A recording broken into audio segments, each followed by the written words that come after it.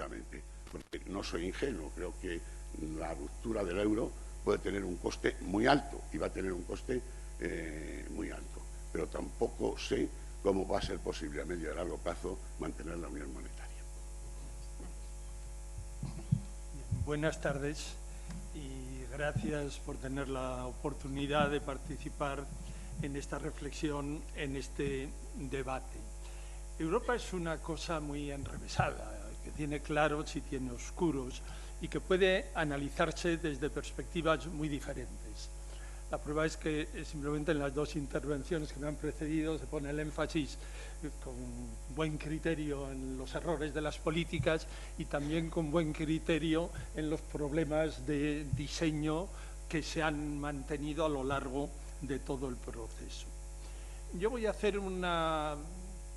utilizar una perspectiva diferente y voy a proponer que analicemos lo que significa Europa y lo que puede aportar Europa desde los problemas que tenemos delante, desde los problemas de nuestro tiempo, no en sí mismo desde la problemática europea.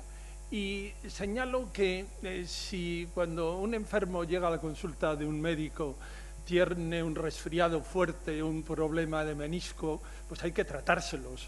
Pero si además tiene leucemia, pues hombre, hay prioridades y no se le puede tratar como si todos los problemas fueran del mismo rango, ¿no?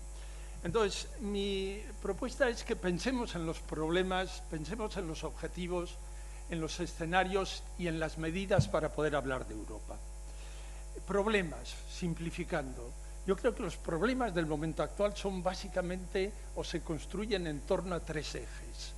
El primero es que estamos viviendo una gran involución social, una involución que se manifiesta en el paro, en la desigualdad, en la pérdida de derechos sociales y que no ha nacido con el desencadenante de la subprime, viene de atrás y que se ha visto agravada por las políticas. En segundo lugar, la forma en que producimos y consumimos es inviable, no tiene futuro, no puede mantenerse, por muy interiorizada que la tengamos.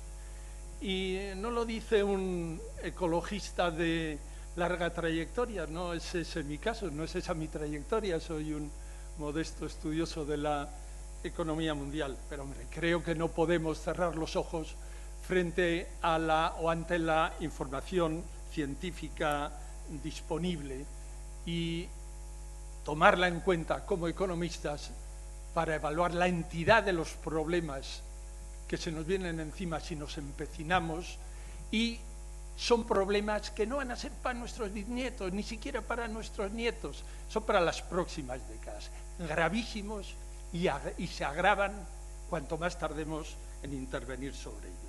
Y el tercer eje de la problemática es el vaciamiento o la erosión de la democracia. Hombre, eso no es economía, pues sí, influye y condiciona enormemente lo que pueda ser la economía. ¿Cuáles pueden ser, si estos son los problemas, los objetivos? Pues diríamos, solucionar los problemas. Pero aquí hay que hacer un subrayado. No vale con abordar esos problemas de forma aislada y secuencial. Abordemos la involución social. Cerramos carpeta y luego abordamos los problemas ambientales. Cerramos carpeta y nos metemos con la democracia. No valdría. El quid de la cuestión es que seamos capaces de abordar esos tres grandes ejes de problemas de forma interdependiente. Es decir, de forma que la reversión de la regresión social, otra orientación que piense en las personas, tratemos de construirla teniendo en cuenta los límites biofísicos, los límites de que vivimos en un planeta Tierra. No nos lo estamos inventando, es una realidad. Y tratemos de hacerlo con criterios democráticos. ¿En qué escenario vamos a poder hacer eso? Yo lamento decir a un colectivo en que estoy seguro que hay una alta proporción de economistas que no pensemos en que vamos a poder construir sobre un escenario de crecimiento económico ininterrumpido. lo siento, pienso que no va a ser posible. A corto plazo no lo está haciendo por las políticas que se practican, a medio plazo porque los límites biofísicos no nos van a permitir seguir creciendo en la dimensión física de los procesos, y la dimensión física de los procesos está íntimamente relacionada con la dimensión monetaria. La desmaterialización de la economía tiene mucho de quimera. Entonces, ¿qué medidas habría que tomar? Digo, para empezar a hablar. Algunas básicas. Yo diría, primera, hay que embridar a las finanzas. Hay que ya, eso de que las finanzas son tan complejas, son tan maravillosas, son tan sofisticadas, que tienen derecho a acampar por su respeto. Pero digo, no, tienen que ponerse al servicio de la economía real. ¿Cómo? Ese es otro cantar. Pero el objetivo tiene que ser claro, controlar las finanzas. Segundo, controlar también algunos aspectos de la versión de globalización en que estamos inmersos. Y lo concreto en un par de cosas. La libertad de movimientos internacionales de capital no es compatible con los objetivos de una vida digna para las personas en un mundo complejo como el actual. Y por otro lado, no es necesaria. Y tampoco es necesario continuar avanzando en la oscuridad hacia el nuevo tratado atlántico. Y luego hay que atreverse a emprender reformas estructurales, reformas institucionales y, evidentemente, reformas en las políticas. Vamos a hacer, si te parece, primero con esta primera intervención inicial y después vamos a entrar ya en cada una de esas políticas. Perfecto. De una manera más detallada. Bueno, pues José Borrell, bienvenido. Buenas tardes. Buenas tardes, muchas gracias por la invitación, por estar aquí. Disculpar porque me he ido donde no era. Me he ido al rectorado de mis viejos tiempos. Como tú me dijiste, nos han dejado la sala grande, yo pensé que era el Paraninfo, ¿no? Disculpen. He llegado justo para escucharos, casi a los tres. Permitidme que añada alguna pincelada más. Yo creo que hay de todo. Hay errores de diseño y hay errores de política. Con otro diseño podríamos haber cometido errores de política, pero con otro diseño quizá no hubiera sido tan fácil cometer esos errores de política, ¿no? Hay claramente un problema de diseño. Cuando el euro es el hijo de su tiempo, el euro es el hijo de la reunificación alemana. No hubiera habido euro sin reunificación alemana. Forma parte de todo un conglomerado de circunstancias geopolíticas. Se trata de anclar a Alemania en la construcción europea, y Kohl dice, esta generación de alemanes es la última generación que será europeísta. La Alemania reunificada produce temor a los vecinos, anclennos ustedes a Europa. La forma de anclar es tener un vínculo monetario común, se cree, y eso forma parte del diseño inicial de la Unión Europea, que avanzar en la economía va a permitir seguir avanzando en los demás aspectos. El mercado conduce a la moneda y la moneda conducirá a la política. Bueno, es evidente que esto no ha funcionado como se tenía previsto, y no ha funcionado, entre otras cosas, porque el diseño inicial que se hizo tenía carencias que ya a principios de los años 2000 eran bastante evidentes. En la Convención Europea, de la que yo formé parte, en los grupos de trabajo sobre el diseño de la non nata Constitución, ya se planteó claramente que la pata monetaria sola generaba estabilidad sistémica y que había que completarla rápidamente con otras uniones, que una unión monetaria basada únicamente en la moneda, sin tener poco, nada o en común en los aspectos fiscales y presupuestarios, no resistiría una crisis cuando ésta se produjera. Entonces, cuando Delors acuñó su frase de no dejemos que el euro sea cojo, ne laissons pas l'euro boiter, pero lo dejamos cojo porque hubo una rotunda oposición por la mayoría de los países en tocar nada de los aspectos económicos del diseño. Y cuando les decíamos, sí, pero el día que haya una crisis y no tenemos ningún mecanismo para hacerle frente, vamos a estar un poquillo apurados, la respuesta respuesta del bloque germánico dominante era si nos comportamos de acuerdo con las reglas, la crisis no se producirá, porque el sector público será controlado por las reglas del Pacto de Estabilidad y el sector privado, pues ahí está el mercado para controlarlo, y cualquier mecanismo que prevea una crisis aparece como una incitación a las conductas que conducen a la crisis.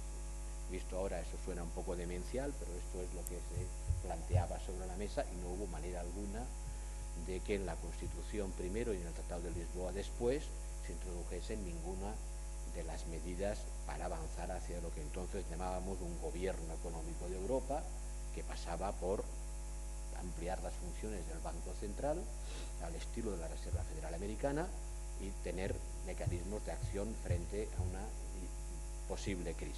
No, aquello se rechazó, no fue posible y sigue sin ser demasiado posible, porque ahora cambiar el diseño requiere unanimidades y las unanimidades no son fácilmente conseguibles, y todo lo que hemos hecho para hacer frente a la crisis lo hemos hecho en el borde de la legalidad. El Banco Central ha actuado fuera de programa, no estaba previsto que hiciese o que dijese que iba a hacer lo que ha hecho, pero menos mal que lo ha hecho o lo ha dicho, porque ha sido gracias a él que se ha evitado la implosión del euro. Esos problemas de diseño están allí.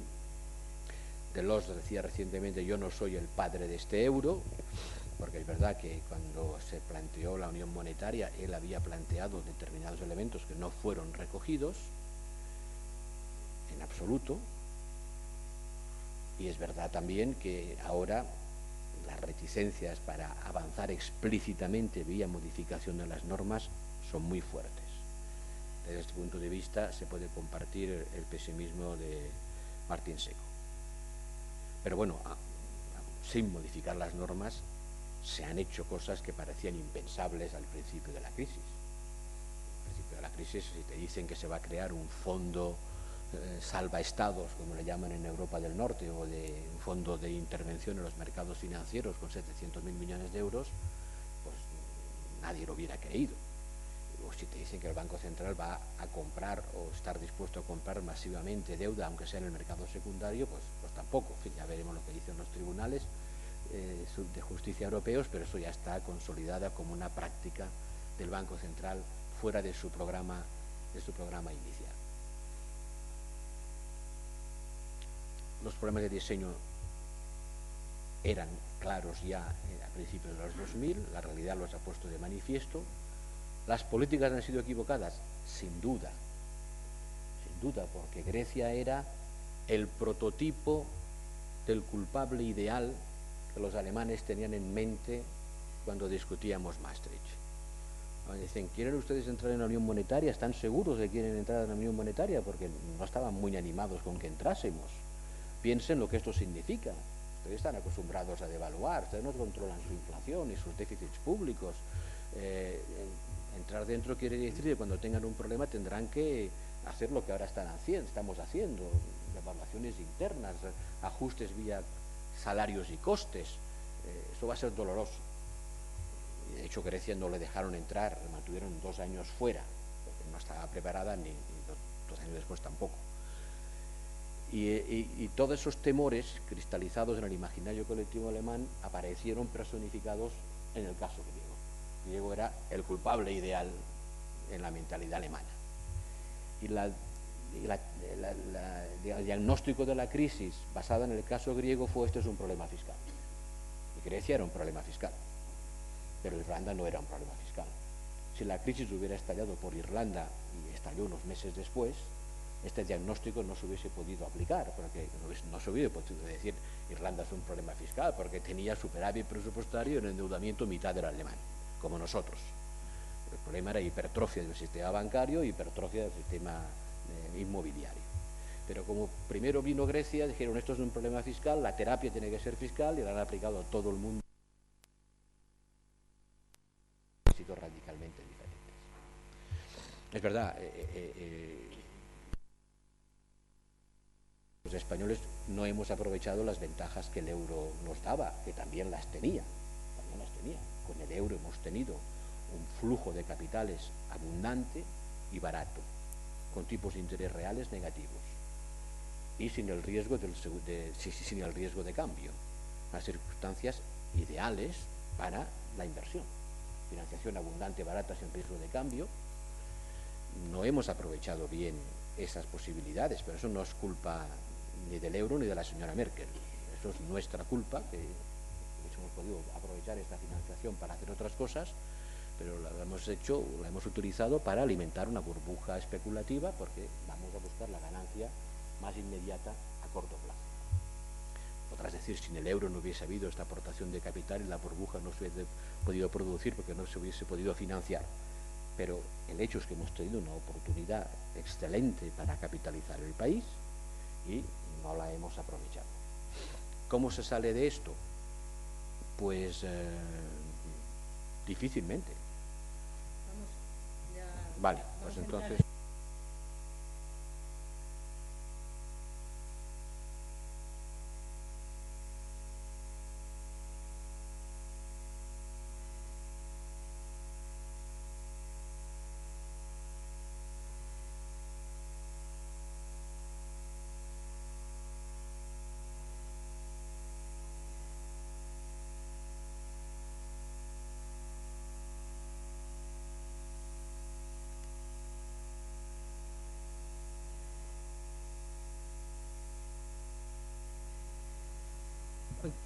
esos problemas de fractura entre el norte y el sur, ese retroceso en materias sociales, pero la verdad es que es un poco desalentador porque ayer mismo veíamos el informe de la Comisión Europea evaluando el fin del rescate financiero para España y lo que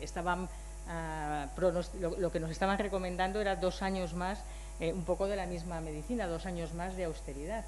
Entonces, me gustaría plantearos en políticas concretas, qué tipo de políticas económicas que sirvan para crear empleo, para que los ciudadanos empiecen a participar también en ese inicio de recuperación que parece atisbarse en determinados datos macroeconómicos, pero que en realidad lo que nos dibujan es una fotografía de una Europa con un crecimiento anémico que se dirige hacia una deflación y en la que realmente, tal como señalaba hoy mismo el Banco Central Europeo, pues hay incluso cuestiones geopolíticas que pueden suponer un grave riesgo. ¿Qué tipo de políticas económicas concretas deberían ponerse en marcha para darle la vuelta a la situación y realmente empezar a generar empleo y que los ciudadanos europeos participen de esta recuperación? Empezamos por Juan Francisco.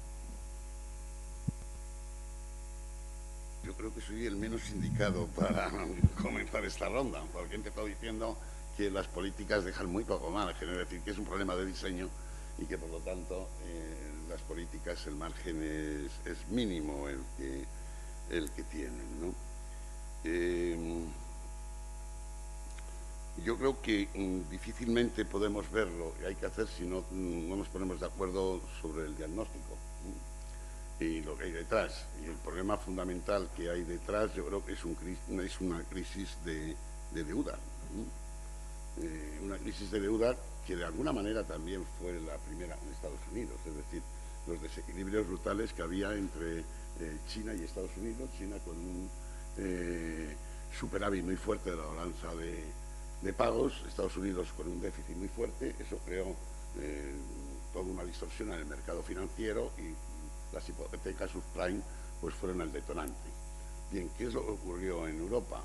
Pues en Europa es que hubo esa misma distorsión entre los países del norte y del sur. Si vemos las balanzas de pago, vemos que Alemania tenía un superávit altísimo, sigue teniéndolo, mientras tanto en los países del sur fue creándose un déficit muy elevado, tanto Grecia,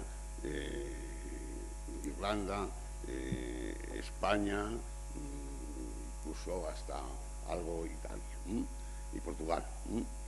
¿Eso qué significaba? Pues significaba que los banqueros españoles se financiaban en los banqueros alemanes, que les cedían el excedente que tenían. A los banqueros alemanes les iba muy bien colocar el excedente y a los banqueros españoles era fenomenal porque sin riesgo de cambios, como decía Borrell, cogían el dinero y lo prestaban.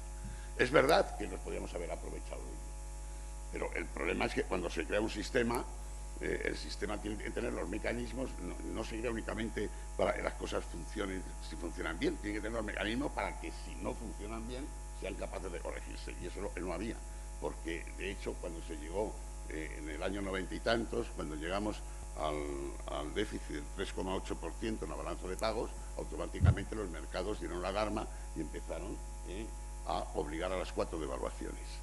En un sistema como el que estamos de unión monetaria, como era la misma moneda y estábamos avalados por el euro, pues la cosa continúa hasta el 10%, concretamente en España, igual en los mismos países. ¿Cuál es el problema? Que se ha heredado un endeudamiento fuertísimo, y ese es el gran problema que tenemos de cara al futuro. España y otros países, que hay un endeudamiento fuertísimo. Endeudamiento externo. Estamos repitiendo exactamente el modelo que pasó en América Latina. En América Latina se endeudaron en dólares, que era la moneda, que no era una moneda suya. ¿Qué es lo que está ocurriendo en Europa? Y nosotros nos hemos endeudado en nuestra moneda, pero es una moneda que tampoco tenemos el control, como los países de América Latina no tenían el control de su moneda. Y entonces está el problema de la deuda. ¿Qué hacemos con esa deuda? Porque al perder, y esa es la diferencia con Estados Unidos, claro que ha podido hacer una política distinta, porque tenía una moneda propia. En Europa, pues cada uno de nuestros países no teníamos esa moneda. Y nos encontramos con un endeudamiento brutal, es decir, la deuda exterior se ha duplicado en una década por tres.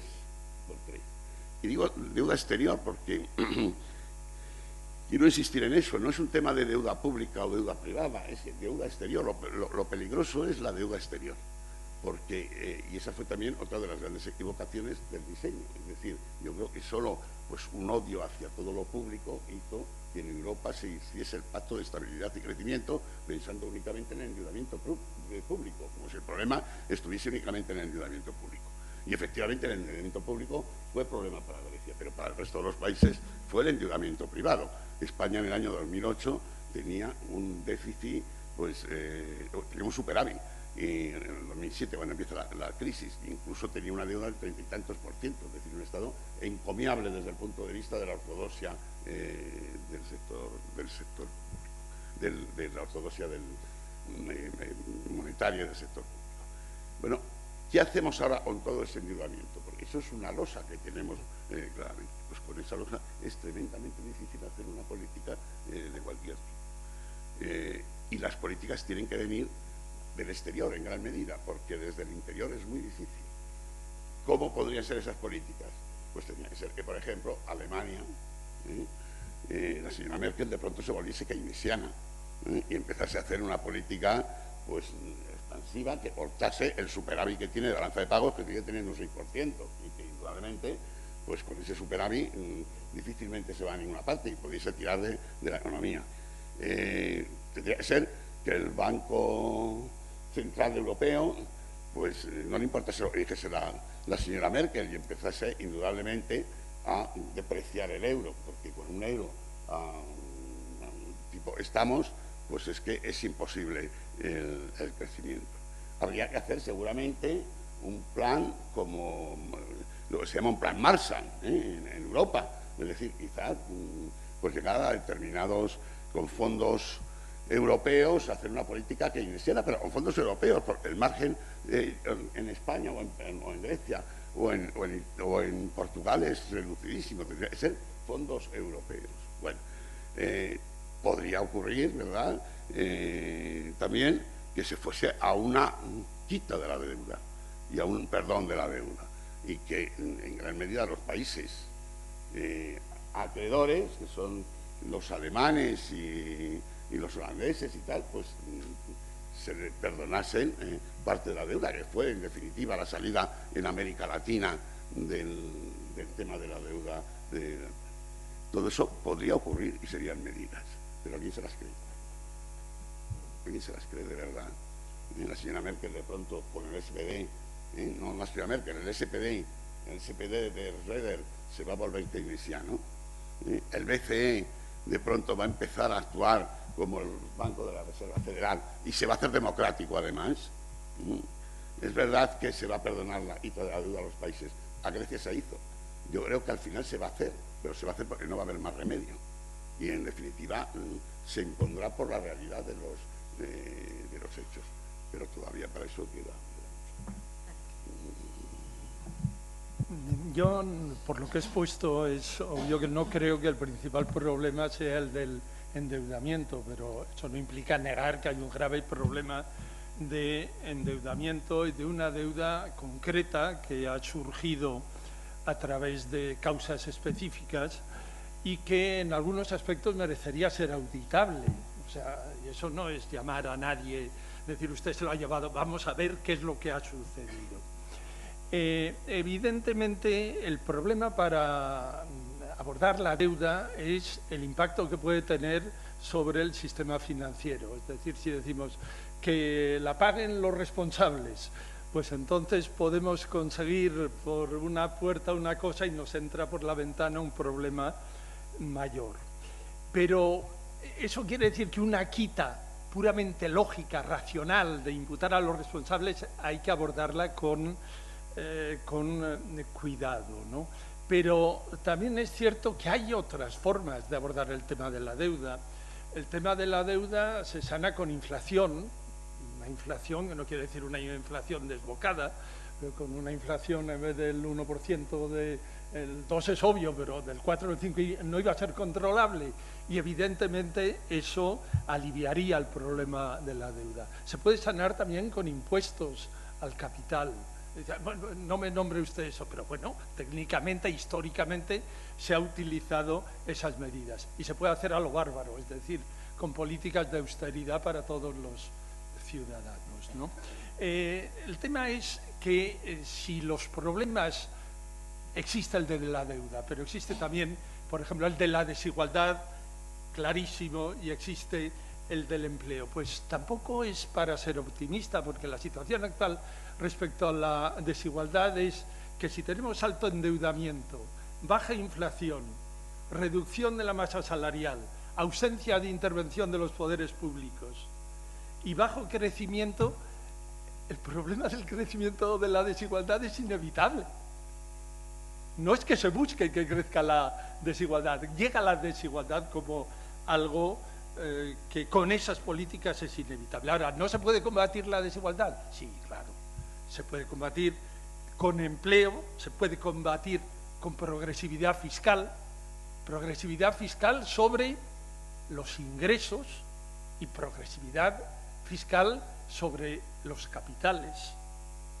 Y se puede combatir con el gasto público.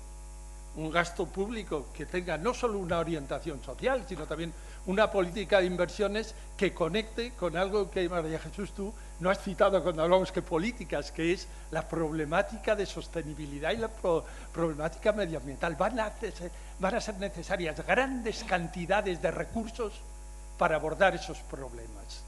Entonces, al mismo tiempo que se abordaban esos problemas, serviría para una reactivación de la economía.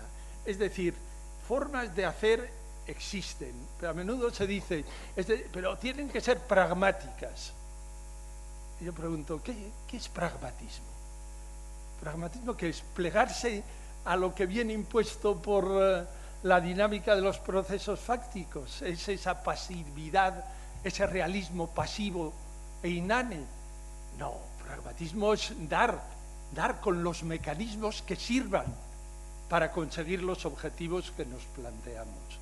Y si a veces algunos de esos mecanismos no son todavía realizables, no los ignoremos, no los ocultemos, pongamos también frente a la gravedad de los problemas que vivimos, atrevámonos a poner un punto de pragmatismo utópico enunciando esto sería necesario, aunque a corto plazo y de forma inmediata en el próximo Consejo de Ministros no va a ser posible hacerlo.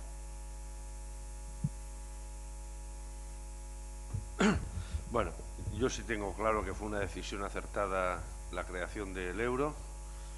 Creo que fue muy acertado y el análisis coste-beneficio para España, incluida la crisis, ha sido objetivamente positivo. Hay análisis, hay evidencia al respecto, claro, estoy absolutamente de acuerdo con lo que decía Josep Borrell. Tener el precio de un factor de la producción rozando el nivel negativo es objetivamente bueno. Si la asignación política, si la asignación que se hace de eso no es buena, o la supervisión de los agentes privados no es la oportuna y se sigue estimulando fiscalmente por ejemplo, la adquisición de vivienda de forma indiscriminada a los ricos y a los menos ricos, sin acción política, si la supervisión de los operadores financieros no es la correcta, lógicamente, se esté en una unión monetaria o no, hay un desquiciamiento, ¿no? Claramente, ¿no? Dos, yo creo, claro que creo que los pecados de diseño están ahí, ¿no? No he querido minimizarlos, he querido provocar un poco la discusión, centrarla básicamente en las políticas, porque el alcance de la crisis hubiera sido mucho menor si desde el primer momento se hubiera tratado de actuar de forma contracíclica. ¿Qué hay que hacer ahora? El principal problema no es la deuda, el principal problema es el desempleo, el principal problema es la erosión del crecimiento potencial que esta crisis está generando en las economías, como consecuencia de esa suerte de anorexia en que han derivado políticas de austeridad irracionales. Se ha falseado un paradigma. Se creía, sobre la base de aquel documento que compraron en la Comisión y las autoridades alemanas de Alesina y otros, que la austeridad era expansiva. Y la austeridad no es expansiva cuando una economía está en recesión y la política monetaria al límite de sus actuaciones. Eso ya lo hemos visto, eso ya es observación. ¿Qué hay que hacer? Deshacer aquellas decisiones. Dos ámbitos. Uno, políticas de demanda. No porque uno tenga un prejuicio de una orientación económica u otra, no, sino porque han funcionado en Reino Unido y desde luego en Estados Unidos. ¿Qué políticas de demanda? Sí se han comentado. Lógicamente, aquellos que tienen desequilibrios excesivos en el argot comunitario, que los corrijan. Los tiene el norte, básicamente Alemania y algún otro país. Entonces, hay decisiones de índole estrictamente comunitaria, institucionalmente, a través del Banco Central Europeo, que se han de adoptar y que yo creo que se van a adoptar. El problema es que los vamos a adoptar tarde. Hacía antes referencia, Borrell, a la decisión del 26 de julio del 2012 por parte del Banco Central Europeo, que fue simplemente una insinuación, una advertencia, pero que nos sirve para aquellos que tenemos prejuicios demasiado simplistas. El mero anuncio del Banco Central Europeo diciendo «puedo llegar a comprar bonos» sirvió para que las variables precios, los tipos de interés cayeran. Es decir, a los mercados se les puede guiar, se les puede intimidar, en lugar de dejar que sean los mercados los que intimiden a los gobiernos. Esta mañana, hace apenas un par de horas, el Banco Central Europeo ha salido. Hay que ver la realidad e interpretarla, procurando vencer nuestros prejuicios a la observación empírica y no al revés. Y ha dicho este hombre, haré algo, no voy a tener más remedio, lo haré en junio. Decisión incorrecta, en mi opinión, lo podía haber hecho ayer, pero esto no es lo relevante. Lo relevante desde el punto de vista analítico, de la observación de la realidad, es que la apreciación del euro ha caído y que también los precios de los bonos han subido. Por lo tanto, a los mercados se les puede controlar. Lo que ocurrió en la crisis del euro del 92-93 fue una dejación manifiesta y se permitió que el gerente de un hedge fund de entonces pudiera a los bancos centrales. Pero no ha vuelto a ocurrir cuando ha habido coordinaciones efectivas. Las instituciones son importantes, los gobiernos son importantes y los supervisores son importantes. ¿Qué problemas tiene Europa para que sean eficaces las decisiones del Banco Central Europeo? María Jesús lo ha señalado antes, ¿no? Por supuesto, una ausencia de crecimiento. Pero es que hay un problema básico que tiene que ver con la propia fontanería, con las propias funciones del Banco Central Europeo. Y es que la transmisión de su política monetaria no está siendo fluida, no está siendo eficaz. Esto es un problema que afecta cómo técnicamente está haciendo el trabajo el Banco Central. Porque en el seno del área monetaria común hay dosificación crediticia y discriminación de precios. Y todavía el mes pasado, pequeñas y medianas empresas italianas o españolas tenían que pagar, según datos del Banco Central Europeo, 1,60 puntos porcentuales más por endeudarse al mismo plazo, teniendo el mismo rating crediticio que sus homólogas francesas o alemanas. Eso es arreglable. Y eso es fundamental para un país como el nuestro, donde de los 3.300.000 empresas que tenemos, el 97% son pequeñas y medianas empresas.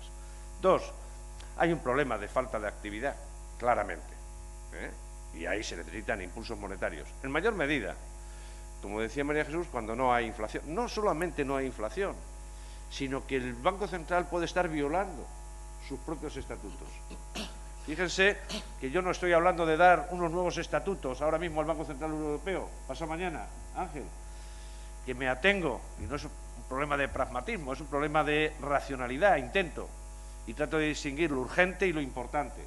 Claro que lo importante es democratizar el Banco Central Europeo y que su función objetivo sea otra. Pero lo urgente es reducir el paro estructural que estamos sufriendo en algunos países. Y eso necesita estímulos ya.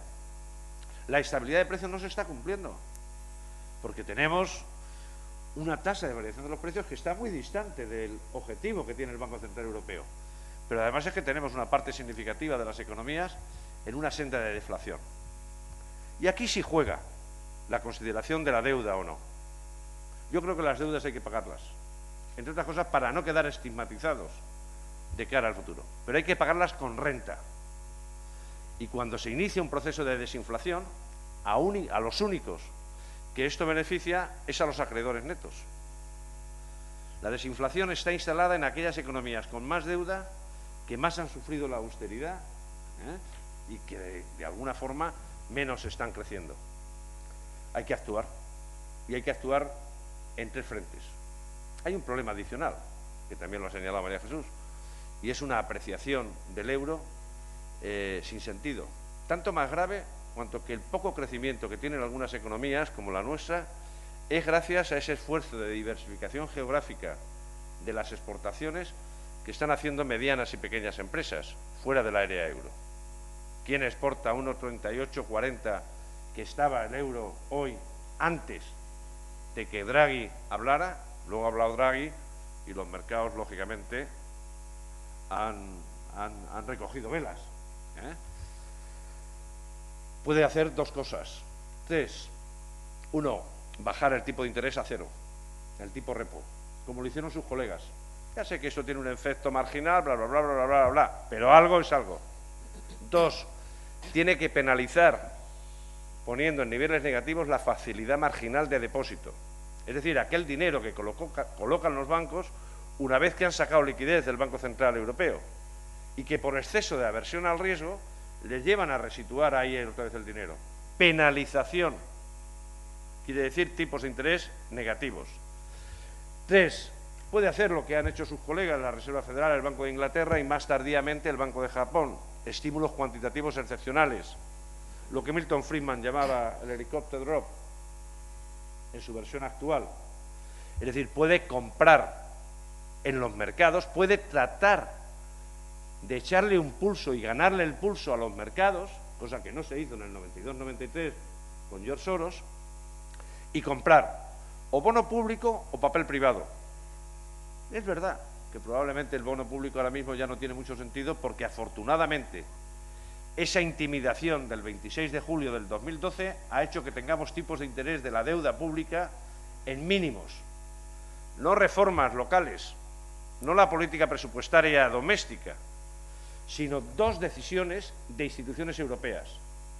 Una, el whatever it takes, voy a hacer todo lo que esté en mi mano para que no se fragmente el euro, y dos, la transición a la unión bancaria, que es una forma de fortalecimiento de la integración apropiada y que es una forma de sentar las bases hacia una unión fiscal. Es verdad que son decisiones inducidas por la crisis, pero son decisiones en la buena dirección. Son decisiones que van a facilitar la transición a una unión política. Entre esto y echar la casa por la ventana y abandonar la unión monetaria, yo creo claramente que es esto. Eso sí, exigiéndoles a los gobiernos que pongan ante Alemania el panel de decisiones que hay que tomar, sin salirse sin salirse, insisto, del cuaderno del manual de instrucciones de Europa.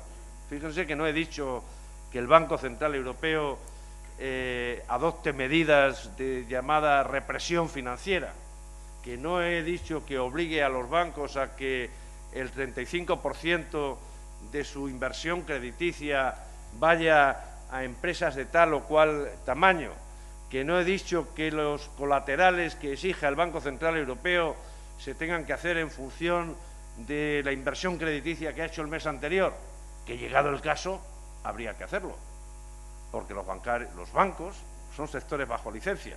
Ahora hablamos, si te parece, vamos a hablar después de los bancos. Vamos a escuchar primero a Josep Borrell sobre este tema de las políticas. Bueno, ya se ha dicho casi todo lo que yo podría decir. Estoy muy de acuerdo en que habría que tomar medidas discrecionales y las primeras desde el Banco Central. Hace poco estaba en una reunión como esta en Bruselas y me permití decir que hacía falta una expansión monetaria de caballo y que el Banco Central tenía que intervenir en los mercados de deuda privada y limpiar balances bancarios, como está haciendo la Reserva Federal Americana, que cada mes compra 40.000 millones de dólares de deudas privadas. Cada mes, 45, inyecta y saca, deslesta los balances bancarios y les permite volver a ser agentes prestadores, ¿no? Bueno, la bronca que me llevé del alemán que había allí fue fina, ¿no? Diciendo, pero ¿cómo? Estamos como siempre, no habéis aprendido nada. Otra vez las soluciones de facilidad, otra vez dar droga al drogadicto, ¿no? Hay que poner las cosas bien y en orden y no buscar la vía de escape de la solución de expansión monetaria. Bueno, una gran discusión que no voy a trasladar aquí ahora, pero yo creo que si no hacemos como han hecho los americanos y están haciendo los japoneses, difícilmente vamos a salir de donde estamos, pero también debo reconocer que hay una enorme oposición por parte de los que mandan mucho en Europa para hacer eso. Pero con las actuales instituciones se puede hacer, por lo tanto no es un problema de que las instituciones no lo permitan. Hay cosas que no permiten y otras que sí permiten. No se hace por santo temor a Dios, ¿no? Pónganle ustedes nombre a Dios según les convenga. Segundo, habría que abordar problemas estructurales. Cuando se habla de reforma estructural, todo el mundo ya hemos aprendido que nos están hablando de medidas laborales y de renta. Habría que hacer reformas estructurales para cambiar, por ejemplo, el sistema de producción energético en Europa. Este es el momento en que Europa debería ser capaz, y tampoco hay ninguna institución que eso lo impida, a poner una tasa europea sobre las emisiones de CO2 y otra tasa europea sobre las transacciones financieras, que por cierto, desgraciadamente hemos leído que lo han pospuesto un ratito más. Pero vamos, si no somos capaces de hacer eso, que nadie nos lo impide salvo nuestro propio desacuerdo, difícilmente nos vamos a embarcar en reformas institucionales que requieren explícitamente unanimidades. Entonces, drenar recursos del sistema vía figuras impositivas que graven los fenómenos transnacionales, que graven aquello cuya base imponible ya no es nacional, sino que no la puedes asignar a un país en concreto. Hay dos que son prototipos de eso, que es la transacción financiera y las emisiones de CO2, y con eso financiar un plan Marshall, es un nombre un poco gastado, pero sí, un plan de choque para actuar vía demanda. Desde luego, a Grecia no va a salir sola del agujero, con 175% de deuda pública sobre el PIB, o la sacan los demás, o ella sola no va a salir. Esta fantochada de contarnos ahora que tiene superávit primario, sabiendo cómo lo han calculado, pues digna un poco, o a Grecia le ayudamos, o no sé qué remedio tiene ese país. Por lo tanto, reformas estructurales por la parte de la fiscalidad que afecta al sistema financiero y al sistema ambiental, energético. Tema de la deuda. El problema grave que tiene hoy Europa es el cortocircuito de crédito. El problema grave es el paro, de acuerdo, pero ¿cómo resolvemos el problema del paro? Creando empleo. Y para crear empleo hay que crear actividad, y para crear actividad hay que financiarla, y para financiarla hace falta crédito, ¿no? Por lo tanto, una cosa está relacionada con la otra, no son dos problemas diferentes y disjuntos. Si no restauramos el circuito de crédito, pues difícilmente vamos a restaurar el circuito del empleo. Oía a Martin Schulz el otro día diciendo que él, si fuera presidente de la Comisión, la primera cosa que haría sería hacer un plan de financiación de las pequeñas y medianas empresas europeas, abriendo de nuevo el circuito del crédito. No puedo estar más de acuerdo, el problema es que no dijo cómo, no dijo qué poderes tiene el presidente de la Comisión para hacer eso.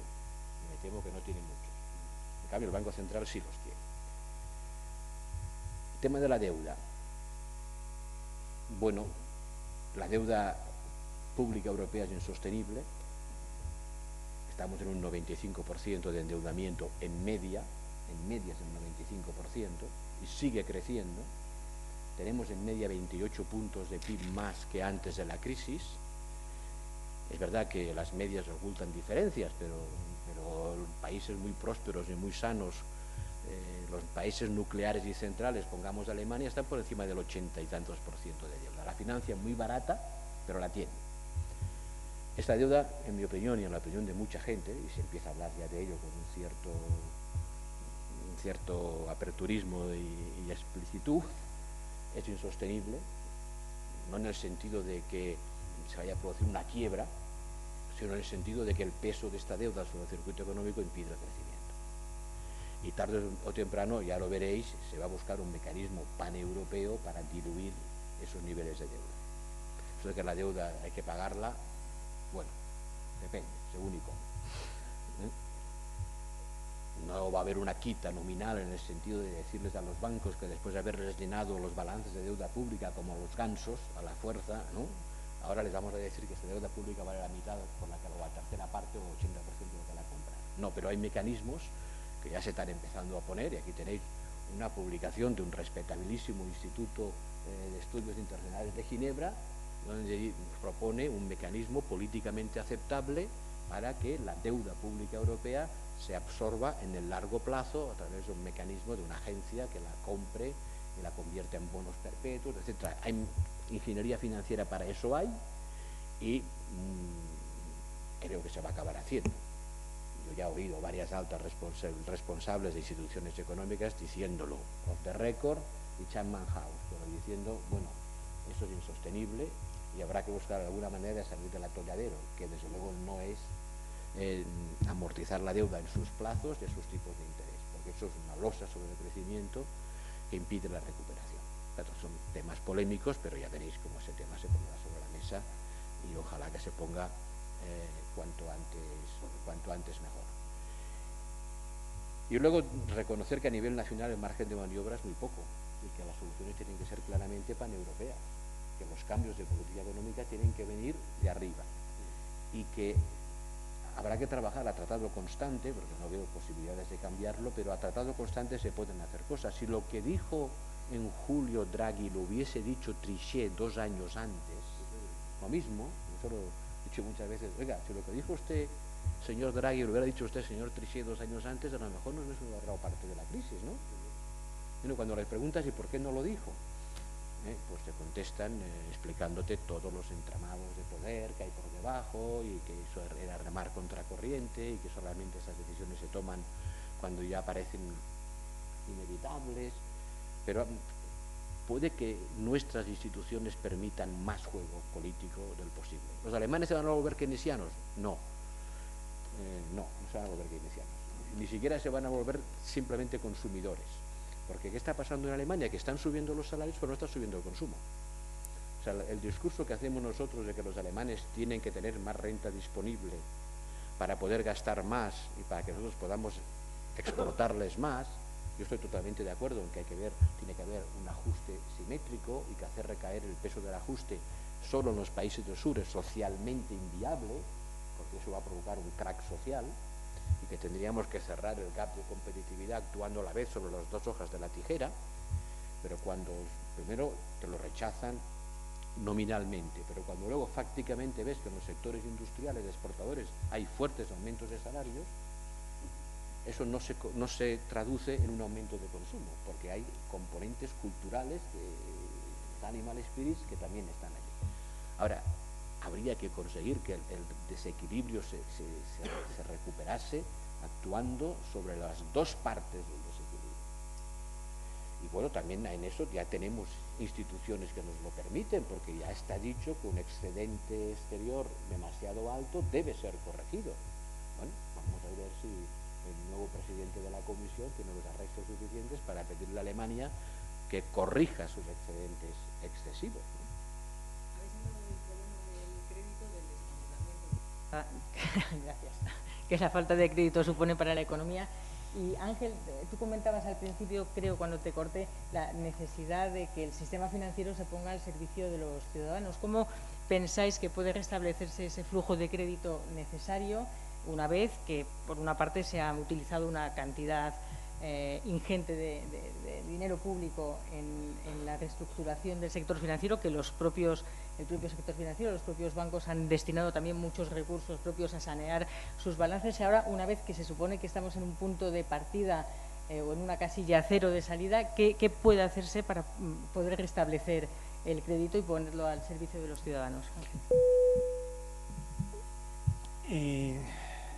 Se puede abordar de diversas maneras. Una estaba implícita en las últimas intervenciones, es decir, asumamos que las cosas son como son, que los tratados son como son, que la correlación de fuerzas no permite cambiarlos, que hay que aceptar la realidad de los poderes fácticos, y entonces lo que debemos desear pues es que tener más Draghi y menos Trichet, o un Draghi con reflejos para decir las cosas a tiempo. Yo sinceramente me pregunto, no digo que eso no produzca efectos, y que no sean efectos que se traduzcan sobre el crédito y que en última instancia ayuden también a los problemas de empleo, por ejemplo. Pero yo me pregunto si pensáis que eso es suficiente. Otra cosa es que me digáis, mira, a corto plazo no se puede hacer otra cosa.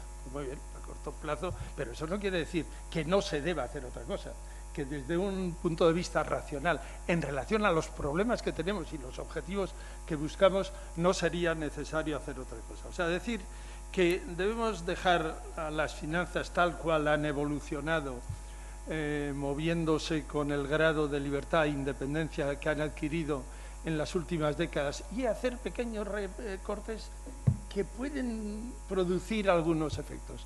¿Puede eso ser suficiente? Mi opinión es que radicalmente no, en relación a la magnitud de los problemas con los que nos enfrentamos. ¿Algún efecto? Sí. ¿Suficiente efecto? Si consideramos que los problemas de fondo son que hay que revertir el profundo deterioro social que se ha producido como consecuencia, entre otras cuestiones, de esa. Y si aceptamos también que va a haber que movilizar grandes cantidades de recursos para reorientar el modelo productivo y consumo en una orientación sostenible, solamente con eso se va a conseguir. Yo creo sinceramente que no. Insisto en que, en mi opinión, habría que romper el tabú, de que tampoco es tan antiguo, es de las últimas décadas, desde los 70, de libertad de movimientos internacionales de capital. ¿Por qué? ¿Por qué? ¿Acaso no tenemos en la experiencia de la historia económica de que se puede funcionar muy bien sin eso? ¿Y acaso la Europa y la dimensión europea no nos da una masa crítica para poder hacer controles sin caer en el pequeño mundo de un Estado intentando hacerlo en un mundo globalizado? Hay determinados productos y actores que tienen repercusión sistémica y que sencillamente habría que prohibirlos. No todos, no se trata de disparar contra todo lo que se mueve en el ámbito financiero. Las finanzas y el sistema financiero hacen una función importantísima para que una economía moderna opere, pero hay determinadas cuestiones que no deben permitirse. Y hay que volver a prácticas como la confusión. La banca comercial, la banca puede hacer de todo y puede meterse en riesgos sistémicos desmesurados al haber desaparecido la separación. Pues hay que volver a una separación que realmente sea eficaz. Y, por ejemplo, una banca pública, no cualquier banca pública, tenemos demasiado cercano casos en este país de parientes cercanos de banca pública que son símbolo del desastre. Pero también tenemos una banca pública en este país que funcionó de forma razonable durante muchos años. ¿No tendría un papel en la reconversión de las finanzas, la reconstrucción después de una crítica profunda de los errores cometidos con la banca pública que ha existido, la recreación de una banca pública que tuviera sentido, propósito, no simplemente el de estar ahí? Yo creo que todas esas cosas se pueden hacer, es necesario hacerlas, aunque no sea posible a corto plazo. Y digo más, es pragmático plantear la necesidad de hacerlas, aunque no podamos llevarlas a cabo, insisto, en la próxima reunión del ECOFIN o en las reuniones que vayan a tener en el año 2014. No, yo no estoy totalmente de acuerdo con la intervención última. No solamente es que yo creo que cuando mejor ha funcionado la economía internacional ha sido el periodo después de Bretton Woods y hasta el año 71, que no había libertad de circulación, hasta los 70 y tantos, que no había libertad de circulación de capitales. Y en cuanto a lo de la banca pública, pues es triste. Yo creo que más de un gobierno de última hora, tanto el de Zapatero como Rajoy, a lo mejor hubiesen echado de menos la banca pública en estos momentos, porque han terminado haciendo auténticos chiringuitos con empresas públicas para intentar prestar a los emprendedores, que dicen, porque claro, como no había realmente banca pública, pues al final se terminaba en las cosas más graves. Pero yo quiero volver al tema de la deuda, porque creo que es difícil que el crédito vuelva a surgir sin la deuda. Yo estoy de acuerdo totalmente que desde el punto de vista social el problema número uno es el paro, pero es que el paro tiene el origen en el tema de la deuda. Es muy difícil, va a ser que se pueda crecer con el inmenso elemento, el stock de deuda que se tiene, que insisto, a mí la que me preocupa es la deuda exterior, sea pública o privada, porque esa es la que realmente marca la limitación. Y hay muchas formas de quita. Una quita, por ejemplo, la depreciación de la moneda. Sí, curiosamente, ha habido una quita de la deuda inglesa, de la deuda americana, de la deuda de la mayoría de los países, es decir, los bancos europeos, los títulos que tenían en monedas extranjeras, como esas monedas extranjeras se han depreciado con respecto al euro, pues se ha producido automáticamente una quita. Es decir, si nosotros hubiésemos tenido nuestra propia moneda y se hubiese depreciado esa moneda, pues realmente se hubiese producido una quita implícita. ¿Qué es lo que pasa? Que al haberse apreciado el euro, con todo el resto de monedas prácticamente, y se sigue apreciando, pues el problema es que el tema de la deuda se hace tanto más grave. Me parece muy bien cierto optimismo de ver que Draghi habla y los mercados tiemblan, pero lo cierto es que el euro sigue estando a 1,40, me parece que estaba hoy, estará a 1,39 y mañana estará a 1,42. Porque eso pasó cuando bajó el tipo de interés y efectivamente automáticamente nos bajó un poco en la cotización del euro, pero para volver a subir inmediatamente. Es decir, un tipo totalmente distorsionado para economías como la española, la griega, la irlandesa o la portuguesa, y que es muy difícil en esas situaciones poder pagar la deuda. Por otra parte, efectivamente, lo decía Borrell, se está empezando a hablar ya de un plan Draghi para Europa, que fue el plan Draghi que se hizo en América Latina. Y yo creo que es que los hechos se impondrán, porque por ejemplo en el caso de Grecia, pues antes o después habrá otra regularización de la deuda. Y esa regularización de la deuda afectará al resto de los países y nos afectará también a España.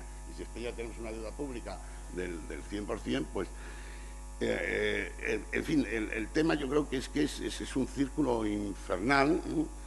Incluso yo ya, para poner las cosas más y para echar más leña al fuego del debate, yo me plantearía si efectivamente Draghi puede hacer que el euro baje la cotización del euro.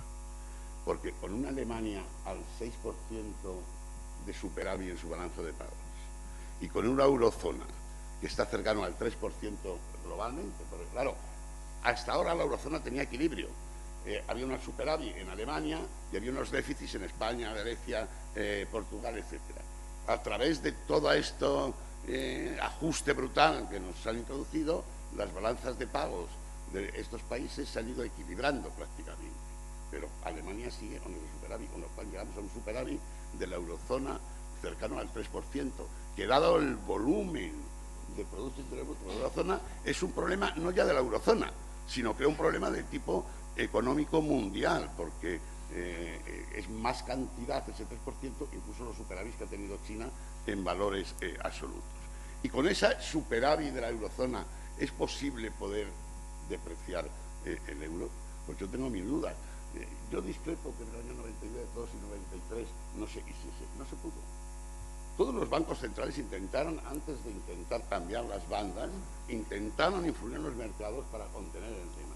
Y no pudieron. No pudieron, ¿por qué? Pues porque esto es como un muelle. Si uno tiene sujeto el muelle, cuando lo suelte, se expande. Entonces, ¿qué es lo que pasa cuando hay un tipo de cambio que es irreal? ¿Qué es lo que ocurrió inmediatamente cuando se quitaron el corsé del sistema monetario europeo, se ampliaron las bandas? Que cada tipo de cambio volvió a su lugar normal, más o menos, quizás pues, excediéndose, porque normalmente los mercados superactúan en determinados momentos, pero vuelven a su situación. Todos estamos de acuerdo. Si ahora se rompiese el euro, ¿qué ocurriría? Pues automáticamente la peseta se devaluaría, se depreciaría, el escudo se depreciaría, el marco se apreciaría. ¿Qué quiere decir eso? Pues que los tipos de cambio que tenemos en estos momentos, los nominales, no son los reales, no están de acuerdo con las economías de los distintos países. Alemania en estos momentos tiene un marco, diríamos, infravalorado, y tenía que revaluarse, y nosotros tenemos una peseta sobreapreciada y tendría que depreciarse, y con eso es muy difícil que podamos aguantar, que podamos crecer y que podamos salir del atolladero en que nos encontramos. Bueno, una precisión a la de Juan Francisco. No, los bancos centrales a la crisis que se desencadena tras el incierto resultado del referéndum francés actúan de forma aislada y uno a uno los mercados los van pudiendo, más que los mercados, porque los mercados es una abstracción, instituciones concretas, ¿no? George Soros le echa un pulso con operaciones largas en derivados al Banco de Inglaterra y lo vacía. Y no vacía al Banco de Francia porque en ese momento le hace una transfusión de liquidez inmediata el Bundesbank.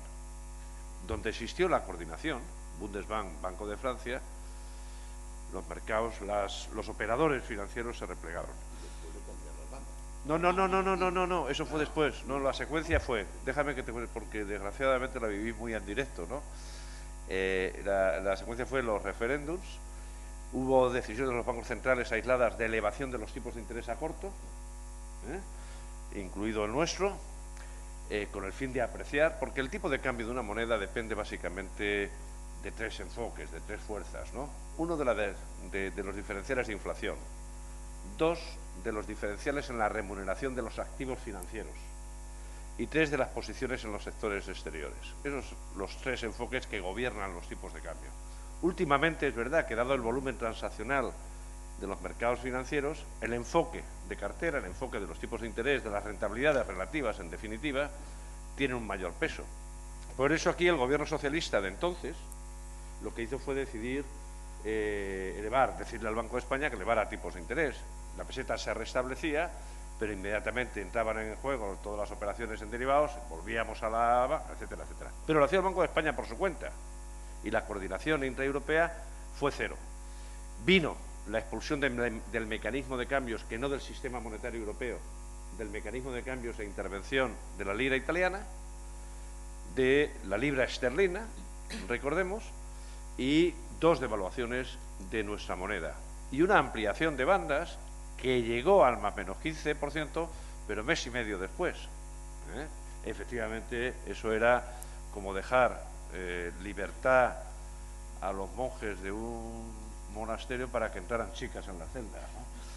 Pero bueno, esto es ahora lo menos relevante. Sí es importante, yo hago hincapié en mis alumnos en ver un poco que los gobiernos, insisto, pueden torcerle la mano a los mercados, porque si no estuviéramos así, mucho peor pensar en gobiernos aislados. Es decir, si abdicamos ya en relación al poder de los mercados, bueno, e incluso proponemos soluciones involucionistas, individualistas, nacionalistas, mal asunto, ¿no?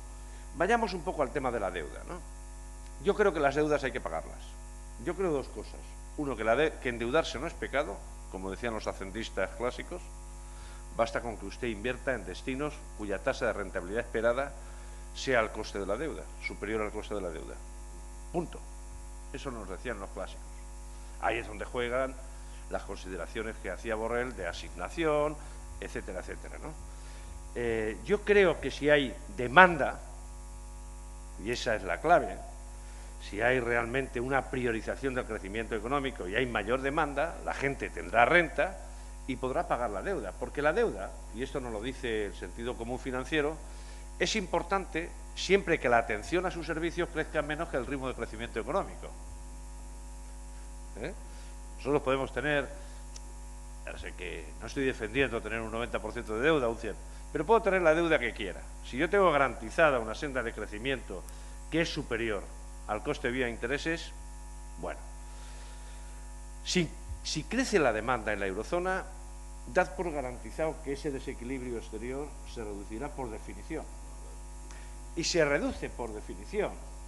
También el tipo de cambio acusará los efectos de unas mayores tensiones en precios. Y, desde luego, el riesgo de desinflación excesiva o de deflación desaparecerá.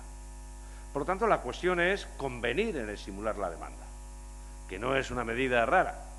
Y eso se puede hacer por las vías que ya hemos comentado. La vía presupuestaria en sentido estricto es difícil. Pedirle a Alemania que efectivamente estimule, renueve sus infraestructuras, que ha de hacerlo antes o después, bueno, puede ser meterse en camisas de 11 varas y, como decía Josep Borrell, pues hombre, chocar con las manías alemanas, pero el Banco Central tiene que cumplir con su obligación, con sus estatutos, y lo puede hacer. Yo no descarto que lo haga. Decía María Jesús, ¿y qué hacemos para aumentar el crédito? Para no escabullir la pregunta y no hacer, bueno, generar renta para que puedan pagar las deudas. Actuación genérica. Segunda actuación, sobre el sector bancario, intervenir. El sector bancario es un sector, insisto, regulado. ¿Cómo? Tratando, lógicamente, de facilitar la asignación de recursos en lugar de a comprar deuda pública o a comprar bonos de grandes compañías. Las grandes compañías españolas se están financiando ahora a tipos de interés mínimos que cobren papel de pequeña y mediana empresa. Y eso se genera incentivos. Y incentivos u obligaciones, zanahorias o palos. Y esa es la misión de quienes gobiernan. Se puede hacer. Se puede decidir que a partir de la próxima subasta de liquidez los colaterales a presentar sean papel de pequeñas y medianas empresas. Y se aceptará tanto mejor cuanto peor sea el papel. No estoy haciendo ningún ejercicio de originalidad, cuidado, porque hace 2 consejos de gobierno se filtró a un diario alemán un plan de trabajo que tenía el Banco Central Europeo, en el que, frente a los 45.000 millones de compras que está haciendo hoy la Reserva Federal en el mercado secundario de bonos, ahí se estaban anticipando 85.000 mensuales durante un año. Nos vendría maravillosamente. Yo te garantizo, Juan Francisco, que con esto la desinflación desaparecería y el tipo de cambio se restablecería. Hay que penalizar la liquidez. Usted no puede tener liquidez embalsada. Y se puede penalizar penalizando la facilidad marginal de depósito. Se puede, sin salirse de los estatutos actuales. Esto es lo urgente. Y lo importante es desbancarizar. Y lo importante es oxigenar el sistema financiero. Permitir o incentivar que haya fondos de inversión que inviertan en papel de pequeña y mediana empresa. Por lo tanto, es factible que aumente el crédito. Desde luego, la mejor forma de que aumente el crédito es generando renta y generando recaudación tributaria para que tanto los agentes privados como públicos paguen sin recurrir a operaciones imaginativas. La analogía con la crisis de la deuda del verano de 1982 en América Latina no es válida y se nos olvida que no hubo un perdón de la deuda, que hubo una conversión de la deuda en bonos Brady, que le costaron una factura seria a la mayor parte de los países de América Latina, entre otras, la famosa década perdida. No hay olvido, hay estigmatización, eso sí. Durante 12 años América Latina no pudo financiarse, no pudo reconstruir su stock de capital en unas condiciones favorables de mercado. Menos mal que hubo algunos oportunistas, en el mejor sentido de la palabra, empresas españolas, que hicieron inyecciones de inversión extranjera directa en aquellos años. Pero durante 11, nada. Es verdad que una Europa germanizada sería un problema para la economía mundial. O sea, no hay bastante mundo para absorber un superávit exterior alemán a la escala europea. Por eso cuando Merkel nos dice "be Germans", hay que decirle que todos a la vez no podemos ser alemanes, ¿no? O sea, porque los alemanes a veces parece que no han descubierto la contabilidad por partida doble, ¿no? También no saben que las importaciones de unos son las exportaciones de otros y viceversa, ¿no? Pero su mentalidad de "be Germans", sean ustedes alemanes y copien nuestro modelo mercantilista de comprimir la demanda interna para fomentar la exportación, es algo que está culturalmente anclado en ese país, pero matemáticamente no se puede extrapolar al conjunto de la Unión Europea porque el resto del mundo no hay bastante mundo para absorber eso. Bueno, ya se ha dicho casi todo lo que se ha dicho, yo estoy muy de acuerdo con ello. Me alegra que plantees palos en el sentido de cuasi intervenciones, sí, pero también palos, ¿no? Cuasi intervenciones en el sistema bancario para decir lo que tienen que hacer, ¿no? Decíamos, Francisco, Draghi, el super Draghi no puede hacer bajar el euro, no puede con la palabra. O sea, con la palabra pudo contener las presiones especulativas contra las deudas públicas, porque los que le oían sabían que detrás de la palabra había un bazooka. O sea, que cuando él decía voy a hacer, que podía hacer, y que más valía que no lo hiciera, ¿no? En cambio, en materia de conseguir devaluar el euro, las palabras no le bastan, aparte que no las usa con tanta contundencia como con las que usó cuando lo de las deudas públicas, ni mucho menos, pero aunque lo hiciera, porque la gente sabe que detrás de sus palabras no habría un bazooka bien engrasado y dispuesto a ser utilizado, porque es todo mucho más complicado para actuar sobre el tipo de cambio. Pero tú lo has dicho, se puede actuar sobre el tipo de cambio si se quiere, y ese se quiere es el que realmente está faltando en este momento, ¿no? Yo creo que ahora ya Draghi no puede confiar en salir teatralmente a decir tener cuidado porque si no voy a hacer, porque la gente sabe que no puede hacer. Ahora, si no se actúa por la parte de relajar el circuito de crédito, no va a haber recuperación del empleo, porque no va a haber recuperación de la actividad. Luego, cuando decimos Europa tiene un problema de demanda o un problema de oferta, ¿no? Parece que aquí creemos y estamos diciendo que hay un problema claro de demanda. Bueno, no en todos los países. O sea, sería raro que una economía tan grande y diversificada como la europea tuviera toda ella el mismo problema, ¿no? Unos países tienen más un problema de demanda que otros. Alemania tiene un problema de demanda, España tiene un problema de demanda, de insuficiencia de. Probablemente países como Francia e Italia tengan también problemas muy graves que resolver por el lado de la oferta. Pero en su conjunto, hoy, Europa hemos matado la demanda entre todos. Y hubiera sido difícil que no la matáramos, porque no hemos dejado el títere con cabeza de los que pudieran ejercer esa demanda. Y ahí está lo que digo yo, la respuesta equivocada a la crisis, ¿no? A los griegos, para envolver a los griegos, no se les quiso ayudar, se les quiso castigar. Y eso se ha discutido mucho. Y primero hay que castigarles porque se han portado mal, muy en la línea calvinista de nuestros vecinos del norte, ¿no? Se han portado mal y hay que castigarles. Hombre, es que si castigas a tu vecino no apagando el fuego que hay en su apartamento, a lo mejor se quema el tuyo.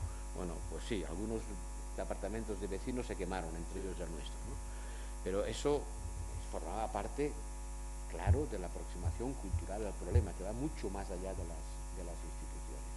Y me temo que seguimos teniendo el mismo problema cultural cuando planteamos las soluciones que hemos planteado en esta mesa, porque todas ellas tienen que pasar por un consenso entre los gestores de las políticas, y cuando te acercas a esos gestores y les planteas esas cosas, hay un rechazo, como yo experimenté el otro día con mi amigo alemán, muy fuerte. Y ese es el verdadero problema.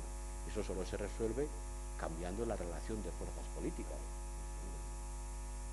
Bueno, pues hemos cubierto 1 hora y media ya de debate, nos quedan muchos temas en el tintero, pero me gustaría que a partir de ahora abriéramos un turno de preguntas, porque seguro que entre todo el público que está aquí presente hay muchas cuestiones de interés que podéis plantear a nuestros protagonistas. Así que adelante. Lo único que os rogaría es que hagáis intervenciones lo más breves posibles para dar lugar al mayor número de preguntas.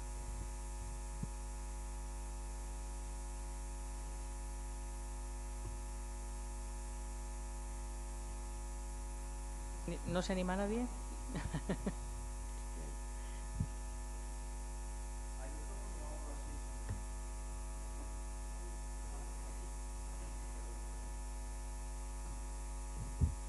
Bueno, yo quisiera hacer 2 comentarios. Uno es con respecto a esa veneración que se siente hacia el sistema financiero actual. Es obvio que necesitamos un sistema financiero. Una economía moderna en estos momentos no puede funcionar sin finanzas. Ahora, nadie dice que tenga que ser este sistema financiero. Bancos que han cometido graves errores, que han recibido ayudas multimillonarias y que siguen cometiendo los mismos errores y están acusados de especulación. No voy a citar demasiados ejemplos, todos los conocéis: Barclays, UBS, Deutsche Bank, el famosísimo Goldman Sachs. Siguen cometiendo los mismos errores que llevaron a la crisis financiera y han recibido ayudas costosísimas. Entonces, ese respeto que se tiene al sistema financiero no lo acabo de entender. Hace falta un sistema financiero, pero era la oportunidad de avanzar hacia un sistema financiero que no fuera corrupto y que atendiera a los intereses más generales de la sociedad. Y el segundo comentario, tan solo en la intervención que ha hecho González Tablas se ha mencionado algo que para mí considero de suma importancia: es las negociaciones que están teniendo lugar en estos momentos de un tratado que será la madre de los tratados, como lo de Irak era la madre de todas las guerras, entonces la madre de todos los tratados, un tratado de libre comercio e inversiones entre Estados Unidos y la Unión Europea, que viene a reforzar todos los aspectos negativos del sistema que estamos criticando. Y esto tiene encaje, obviamente, dentro de discutir cómo podía ser otra Europa.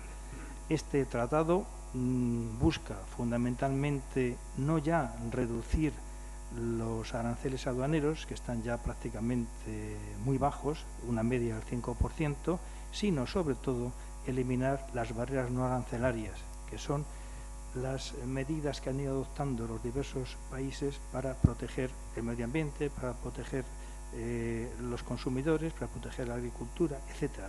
Este tratado lo que busca es barrer esto porque considera que es un obstáculo al comercio.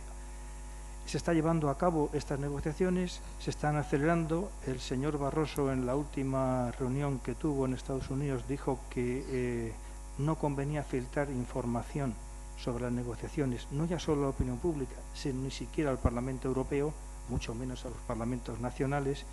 Y esto para nosotros, yo soy miembro de ATTAC, tiene una importancia capital, porque significa el paradigma de un modelo que está obsoleto, de un modelo que no es sostenible y de un modelo que socava totalmente la democracia, porque entre las lindezas que este tratado encierra, y perdonen que me extienda, pero creo que vale la pena aprovechar la ocasión, existe una cláusula que está siendo muy debatida, pero sobre todo por parte del rechazo de la sociedad civil, que permite a los inversores plantear demandas contra los gobiernos cuando creen que las medidas existentes o que se vayan a adoptar en un futuro pueden amenazar sus inversiones, o sea, los beneficios o bien reales o bien futuros, y entonces pueden demandar por tribunales especiales, no los tribunales ordinarios que existen. En Europa tenemos el Tribunal de Justicia Europeo y tenemos los tribunales supremos de cada uno de los países miembros, que son suficientemente competentes y suficientemente justos. Y en Estados Unidos tienen el Tribunal Supremo también. Bueno, pues a estos señores no les basta eso, buscan unos tribunales ad hoc donde obviamente siempre deciden a favor de los inversores y contra los gobiernos. Y esto se está discutiendo en la Unión Europea, esto se está fomentando por parte de la Unión Europea y desgraciadamente no se habla de ello para nada en ningún sitio, ni siquiera con motivo de las elecciones europeas. Solo se habla de temas que son de incidencia nacional o que, son temas ya de alguna manera conocidos, pero esto, que entiendo que es de suma importancia, no se menciona para nada.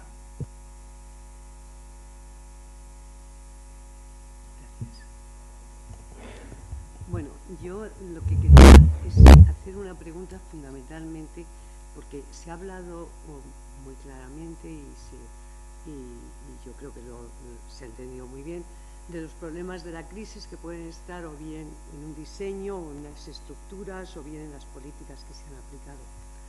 Pero para mí, en realidad, la gran pregunta de esta crisis es ¿a quién beneficia esta crisis? Está claro a quién perjudica, pero yo creo que hay que hablar de a quién beneficia.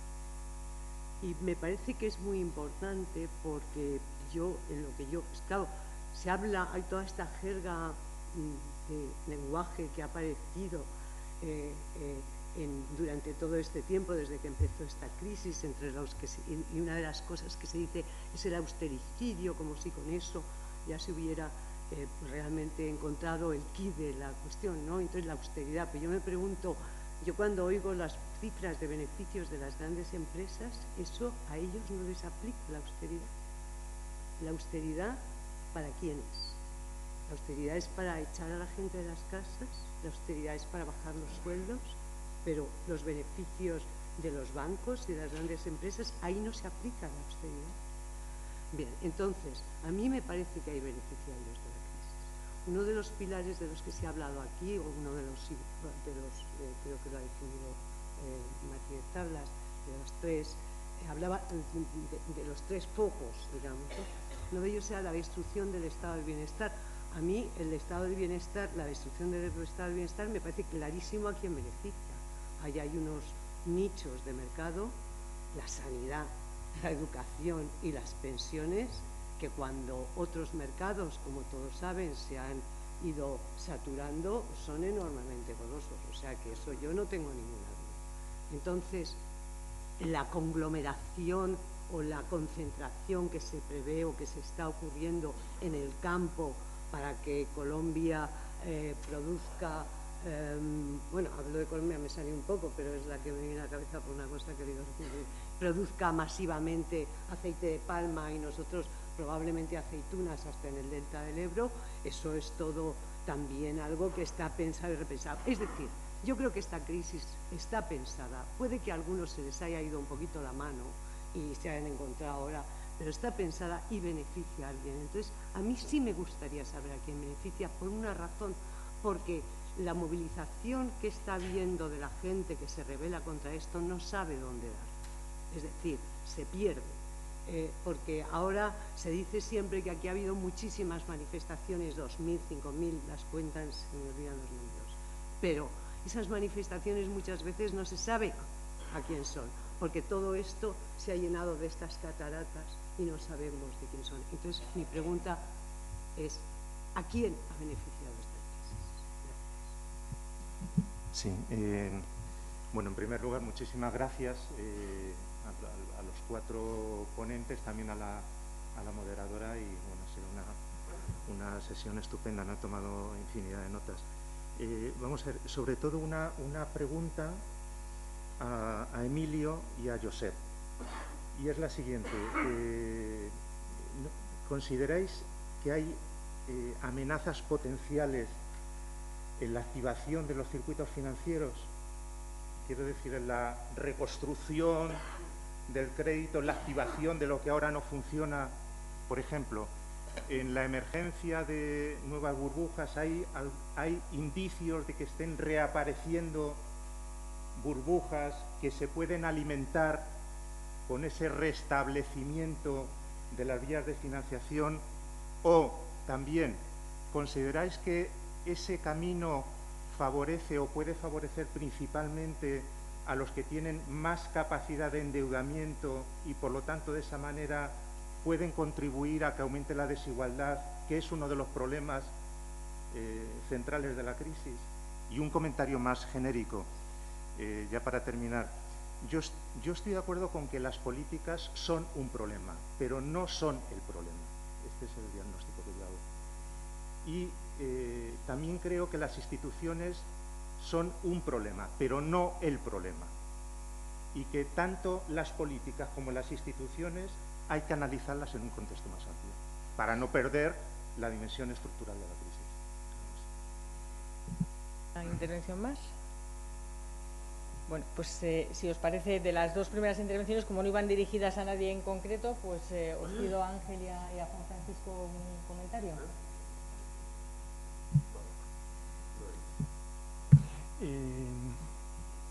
Bien, algo en la primera intervención es cierto, o sea, el sistema financiero tiene un papel central en el buen funcionamiento de la economía, pero de ahí no se puede derivar que no nos pueden vender que el sistema financiero, tal como ha evolucionado, es un factor de racionalidad en el comportamiento. Eso no es cierto.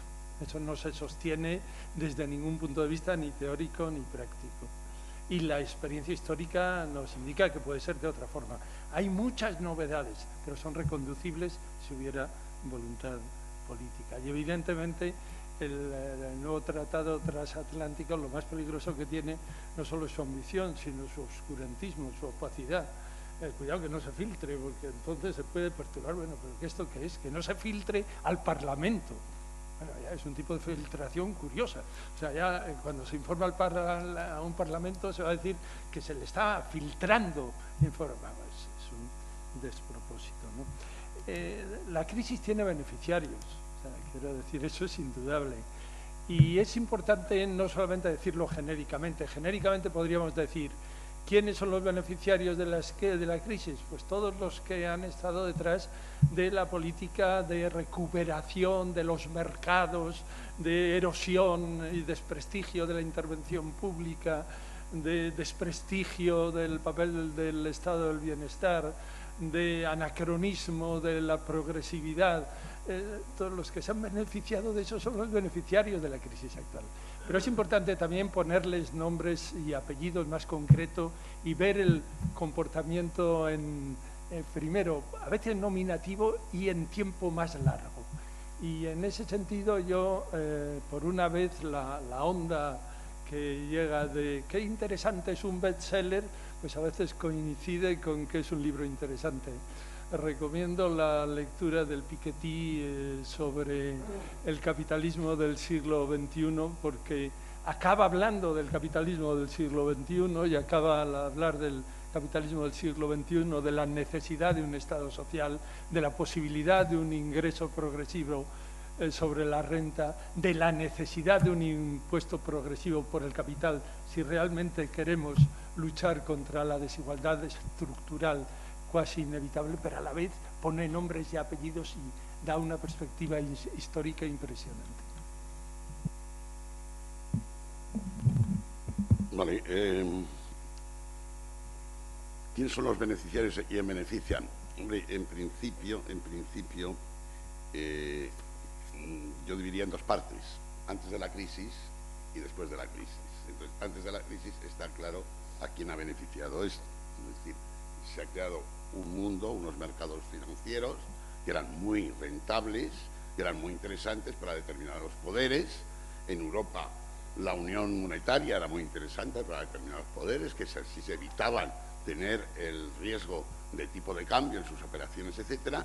Y ha habido durante toda esa etapa, se ha hecho muchísimo dinero, sin darse cuenta de que indudablemente eso después habría que pagarlo y tenía que pagarse. Entonces, está claro que antes de la crisis hay quien se ha beneficiado mucho, diríamos, de la precrisis.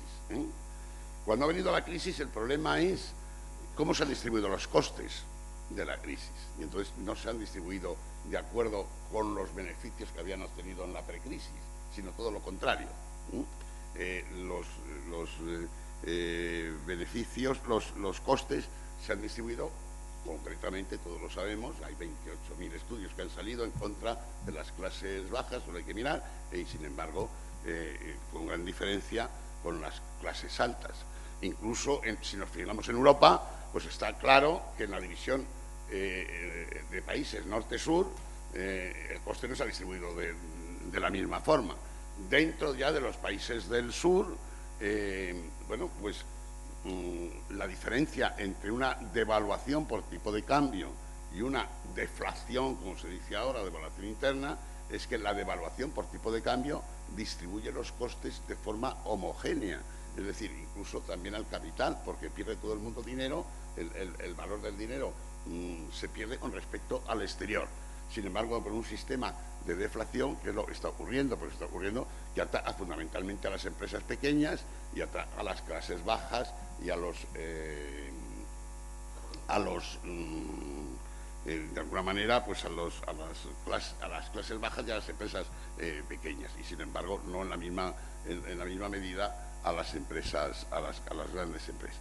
Es más, yo diría que incluso ha habido una intención encubierta en muchos casos de aprovechar la crisis y diciendo, dado que está la crisis y que la gente va a aceptar por todos los medios determinadas políticas, pues vamos a aprovechar para hacer la reforma del mercado laboral, para recortar en sanidad, porque indudablemente los recortes a lo mejor había que hacerlos, hacer determinados recortes, pero nadie decía o no estaba marcado en qué había que recortar y si tendría que ir por vía de gasto o por vía fiscal, o si lo que había que hacer era incrementar los impuestos al capital, a las grandes fortunas, el impuesto de sucesiones, el impuesto de patrimonio, etcétera. Es decir, en la forma de instrumentar después el coste de la crisis ha habido un aprovechamiento clarísimo para lograr determinados objetivos que normalmente las sociedades no hubiesen admitido en otras situaciones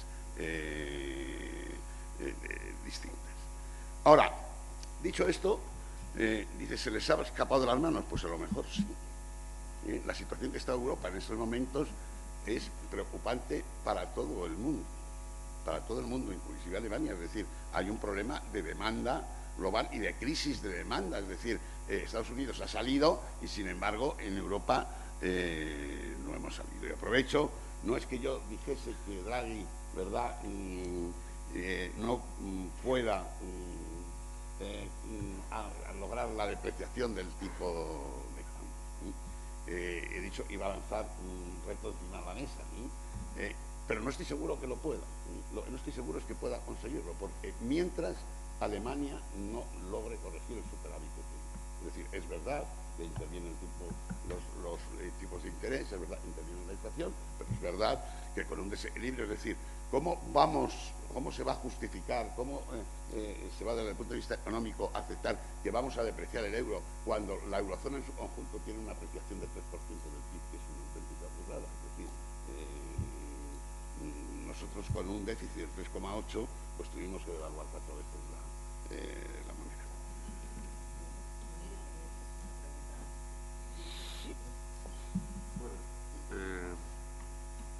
Yo que lo que estabas cuestionando es hasta qué punto podemos estar incubando otra vez factores de inestabilidad financiera, ¿no?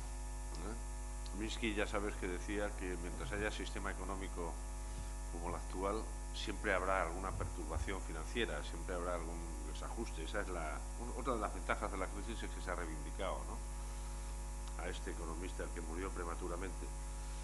Yo creo que hay dos potenciales factores de riesgo en la escena financiera. No me atrevo a decir si hay burbujas o no. Uno, los exámenes de selectividad que se están haciendo a los bancos europeos ahora. Y como sabes, se están haciendo una evaluación de la calidad de los activos, una security review, y dos, más adelante se va a someter a unas pruebas de SES.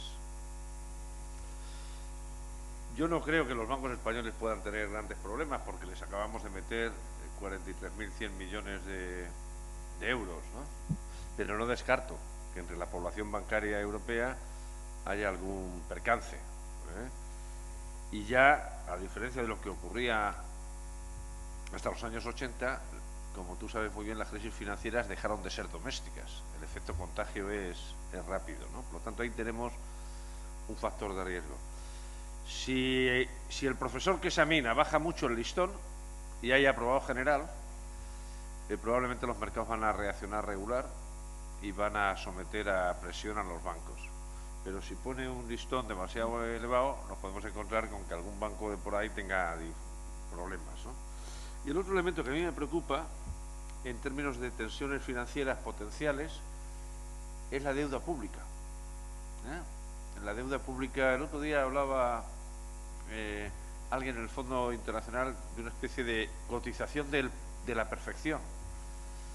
La deuda pública española o italiana o irlandesa o griega está cayendo hasta niveles históricamente desconocidos, no porque, efectivamente, como se ha dicho aquí antes, esos países sean más solventes.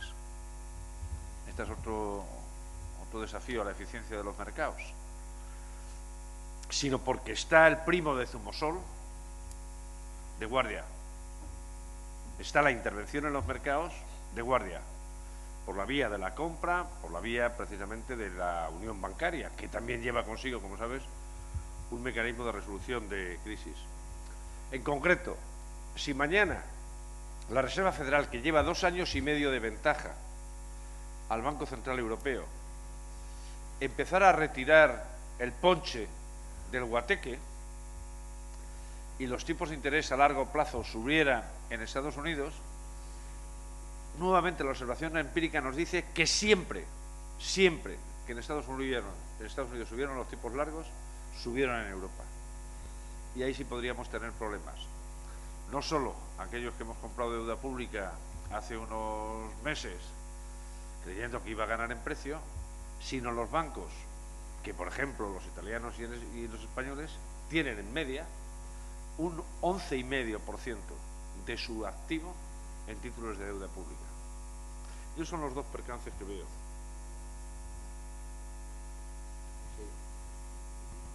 Tu tesis un poco es las mayores facilidades crediticias las van a utilizar los que mayor capacidad de endeudamiento tienen, y eso va a aumentar la brecha de la desigualdad, ¿no? ¿Entiendo bien? Bueno, yo creo que en este momento las mayores facilidades crediticias irían a quienes más necesidad tienen, siempre que se actuase como tú has indicado. O sea, las pequeñas y medianas empresas de este país no son precisamente los motores de la desigualdad. No es allí donde están las divergencias salariales entre la cúspide y las bases, ¿no? Y esas son las que más necesidad de crédito tienen. O sea, cuando el candidato socialista de la Comisión Europea dice voy a impulsar un riego de crédito a las pequeñas y medianas empresas europeas, puede que no nos lo creamos porque sabemos que no tenemos para hacerlo, pero está dando el buen una terapia. Considera, bueno, no sé cómo se hace, considera pero que algo. puedes ensuciar la campaña y complicarla mucho. Bastante. Pues es el próximo día. Federico, dígame, Aznar Cañete. sí, por ABC, y no ha ido Rajoy. Bien, pues vamos a poner punto y final. Ya. Agradeceros La semana pasada iba a ir. Ah, sí. Bueno, la semana pasada estaba previsto que la encuesta que publicaba el CIS esta mañana hay un 66% de ciudadanos que todavía dicen que van a votar a las elecciones europeas pensando solo en los problemas españoles. Yo creo que podemos hablar. Está claro que hay cuestiones importantísimas y trascendentales para todos para que cuando vayamos a votar el 25 de mayo tengamos en cuenta todo lo que se ha planteado aquí. Muchas gracias a todos. Al militante cualificado, ¿cómo le ha dolido? Sí, pero yo estoy de acuerdo contigo en que ese día no fue el más afortunado, Rafael Hernando. Obviamente es el fundador, entre comillas, del Partido Popular. Entre comillas, no, perdona. Sin comillas. Bueno.